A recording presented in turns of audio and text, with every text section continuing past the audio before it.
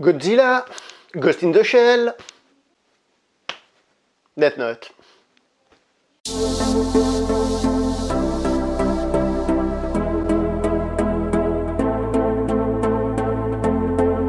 Bonjour à toi très chers spectateurs, bienvenue pour cette nouvelle critique en post-projection puisqu'il s'agit encore une fois d'un film Netflix qui cette fois-ci, à ma connaissance, ne sera pas distribué au cinéma comme Seven Sisters. Et donc nous parlons de l'adaptation du célèbre manga Death Note. Alors, avant toute chose, je vais vous dire ce que vous dira tout le monde, tous ceux qui ont vu le film, c'est-à-dire que pour l'apprécier, il faut laisser de côté tout ce que vous connaissez sur le manga, sur l'œuvre originale. Sur le manga ou sur l'anime, évidemment. C'est-à-dire laisser de côté les personnages, laisser de côté l'histoire, laisser de côté tout ça et de le découvrir comme une œuvre à part entière. Alors comme je vous ai dit, ça c'est ce que vous disent tous ceux qui connaissent le manga et l'anime. Ce n'est pas mon cas, hélas. Pourquoi? Parce qu'il y a beaucoup de choses super intéressantes à découvrir sur Terre et on n'a pas des masses de temps pour tout voir. Donc j'avoue que Death Note, j'avais fait l'impasse dessus. Quoi qu'il en soit, ça me permet de faire une critique de ce film, justement sans être influencé par l'œuvre d'origine. Puisque toutes les critiques sur lesquelles je suis tombé avaient toutes des connaissances, voire même étaient carrément fans de l'œuvre d'origine. Donc je suis un original.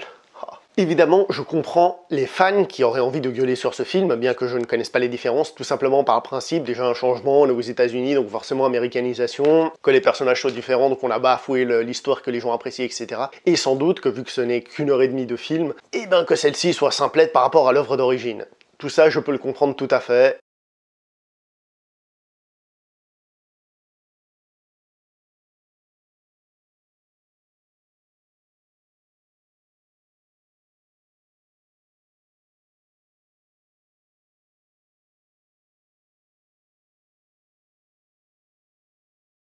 Netflix, pas de sortie ciné, film, téléfilm, blablabla, j'en reviens pas là-dessus, j'en ai un petit peu parlé dans Seven Sisters, mais l'intérêt n'est pas que je vous donne mon avis, parce que de toute façon, enfin, j'ai même pas d'avis sur le sujet, en réalité, c'est plus ce que vous pouvez penser, on revient pas là-dessus sur cette vidéo. Ce film est une production très correcte, soyons honnêtes, il y a du budget, c'est visuellement intéressant. Alors, c'est très correct pour ce que c'est-à-dire une petite série B, ce n'est pas un blockbuster qui est envoyé au cinéma, c'est-à-dire on le reverra pas, c'est pas un Marvel par exemple qui tout en étant très simple a des gros budgets. Ici c'est bien foutu, c'est joliment fait, mais ce n'est pas un méga gros budget non plus. C'est un correct pour ce que c'est, une petite série B.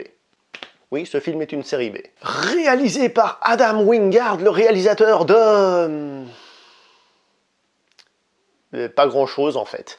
Il est le réalisateur de Blair Witch, celui qui s'appelle Blair Witch, que je n'ai absolument pas vu parce qu'il a une réputation assez dégueulasse. Et au casting, nous avons...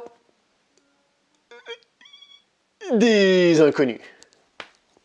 Ouais, désolé, en tout cas, peut-être que certains vous les connaissiez déjà personnellement, c'est la première fois que je les vois, ces acteurs. Donc nous avons Nate Wolff dans le rôle de Light et Margaret Qualley dans le rôle de Mia.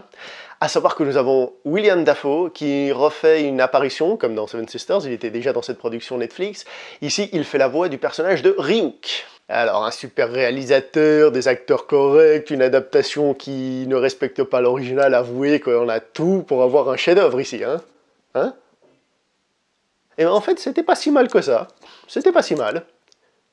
Je lui donne même la note de 6 sur 10. Pas un chef-d'œuvre, mais ça se laisse regarder.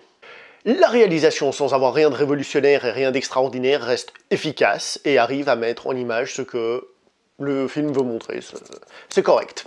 La musique faite par Atticus et Leopold Ross est très intéressante. La musique est plutôt bien et souligne bien les moments dans le film, donc à ce niveau-là, c'est une réussite. Donc déjà, le cadre devient intéressant, réalisation, musique. Et les acteurs. Alors, Nate Wolff, il alterne le pas mal et le très mauvais. Margaret Qualley alterne le très mauvais avec le très mauvais. Des fois, il dit subtile variante de très mauvais. Non, j'ai pas aimé du tout cette actrice. Et les acteurs, en règle générale, je les ai pas trouvés extraordinaires. Reste William Dafoe qui, lui, fait une très bonne voix pour le personnage de Ryuk. Lui, c'est très réussi, lui, il n'y a aucun problème. C'est marrant, c'est le seul qui est connu au casting. Il y a aussi l'acteur du père, j'ai envie de dire, qui se débrouille bien aussi. J'ai bien aimé. Revenons vite fait sur le personnage de Ryuk à l'écran, qui est plutôt bien fait et qui est plutôt crédible. On pouvait avoir peur que ça fasse un peu carton-pâte, pour dire quelque chose, et qu'il nous sorte du film. Il est très réussi, la voix est très réussie, il reste souvent un peu dans l'ombre, comme ça on ne le voit pas trop non plus, ce qui fait qu'au final, c'est plutôt une réussite à ce niveau-là. Parlons un petit peu de l'histoire. Alors, pour ceux qui suivent mes vidéos, vous savez que je n'aime pas raconter le synopsis d'un film, tout simplement parce que si vous connaissez le synopsis d'un film, vous avez le droit de le connaître, c'est libre à vous, mais personnellement, si je connais le synopsis du film, je sais que les 20 premières minutes minimum, je les connais déjà, donc c'est pour ça que j'aime pas en parler, mais libre à vous de vous renseigner. Dans celui-là, il y a de fortes chances que vous connaissiez déjà le principe de base en plus. Donc je disais, l'histoire, qui est à la base quelque chose de fantastique. Donc c'est une histoire fantastique, c'est un film fantastique, ce qui n'empêche pas quand même d'avoir des méga incohérences et des trucs un peu chelous, vraiment chelous. Par exemple, le personnage de Elle. Ce personnage va donner une conférence, sans révéler son nom, et avec un masque. Vous avez déjà vu des conférences comme ça, vous? Un type qui passe à la télé, il fait une méga conférence de presse, et vous savez pas qui c'est, ni pourquoi... Ça sort d'où, ce truc? Franchement, c'est chelou. Le personnage de Light, qui donc est le détenteur du Death Note, qui rencontre la Miss qu'il a envie de pécho depuis longtemps, et genre en 4 répliques, 4, hein, c'est la première fois qu'il se parle, en 4 répliques, il lui montre ce que c'est que le Death Note et comment ça fonctionne. C'est la première fois qu'il se parle, putain.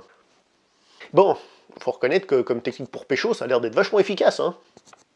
Faudra peut-être que je la note dans un coin. Revenons sur le personnage de Elle. Donc je vous ai dit que le film était un peu fantastique, et le personnage de Elle, à part le Death Note, c'est aussi, je dirais, l'aspect un peu fantastique, l'autre aspect un peu fantastique, dans le sens où c'est un personnage qui n'est pas commun, qu'on croiserait dans la vie de tous les jours, il se comporte bizarrement, etc., etc. Alors oui, le monsieur est un super méga giga détective à la Sherlock Holmes, c'est-à-dire il fait des déductions et il est pas totalement net dans sa tête. Mais le mec, il enquête sur des meurtres surnaturels, et il arrive à faire le lien pour trouver qui est le coupable, machin truc bidule. Alors je veux bien que le mec soit super giga balèze, mais là c'est quand même abusé. Alors bon, les théories qu'il avance sont intéressantes, bien que très courtes, c'est-à-dire il balance ses théories tac tac tac, et on n'a peut-être pas tout le cheminement. Quoi qu'il en soit, c'est pas trop mal fait, mais quand même, c'est des meurtres censés être un peu surnaturels, et le mec, il trouve tout comme ça. Je peux vous assurer que Mulder et Scully de X-Files, c'est pas qu'ils peuvent retourner s'allier, c'est qu'ils ont même pas eu le temps de se changer. La grande force du film, ce sont ces thèmes, à savoir surtout le thème de la justice, de se prendre pour Dieu, un tout petit peu celui de la vengeance, mais pas grand-chose, qui est, lui, par contre, très bien utilisé et très intéressant. C'est certes classique, mais c'est bien foutu, et c'est là la très grosse qualité de ce film. Une autre qualité de ce film, c'est quand il y a des morts, c'est gore. Ça rime, c'est génial, hein. Non mais sérieusement, la grande qualité de ce film, c'est quand quelqu'un meurt, et ben ce n'est pas quelque chose de propre, ce n'est pas quelque chose de gentil, quelqu'un meurt, et il y a du sang, il y a tout ce qu'il faut. Ça peut surprendre, moi je trouve que ça passe bien. Par contre, qu'est-ce que ça apporte au métrage? Pas grand-chose dans l'absolu, mais quoi qu'il en soit, c'est toujours ça de prix, moi je trouve que c'est bien.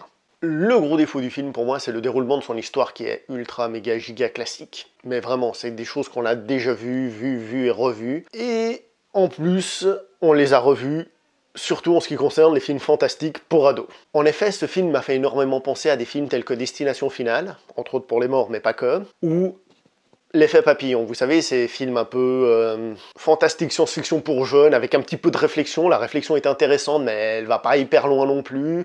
L'idée de base est intéressante, c'est dommage que ça n'aille pas encore plus loin. Dommage. Comme je ne connais pas l'œuvre d'origine, pour moi ce film sera un film vite vu, vite oublié, tout simplement. Je pense que ceux qui vont s'en rappeler le plus, ce sont les fans de l'œuvre originale qui vont le garder au fond d'eux et qui vont le détester pendant les 10 prochaines années. Personnellement, je pense que dans 3 jours, ben voilà, merci, je l'aurais oublié. Par contre, une chose que je dois admettre à ce film, c'est qu'il m'a titillé assez grandement sur l'envie de découvrir l'œuvre originale, qui je pense doit être plus développée parce que plus longue, et donc plus intéressante. Bon bah voilà. Je m'arrête là pour cette critique de ce film, la critique de Death Note. Est-ce que je vous conseille de le voir? Bah, si vous avez Netflix, jetez-y un coup d'œil, mais s'il était au cinéma, je vous dirais pas d'aller le voir, je vous dirais attendez une location, un truc comme ça, parce que ça est une série B, oui. Donc, sur ce, portez-vous bien, on se voit dans une prochaine vidéo, hein, tu seras sur la prochaine vidéo, toi, tu y seras, hein. Alors, portez-vous bien, abonnez-vous aussi, hein, s'il vous plaît, et à la prochaine, ciao!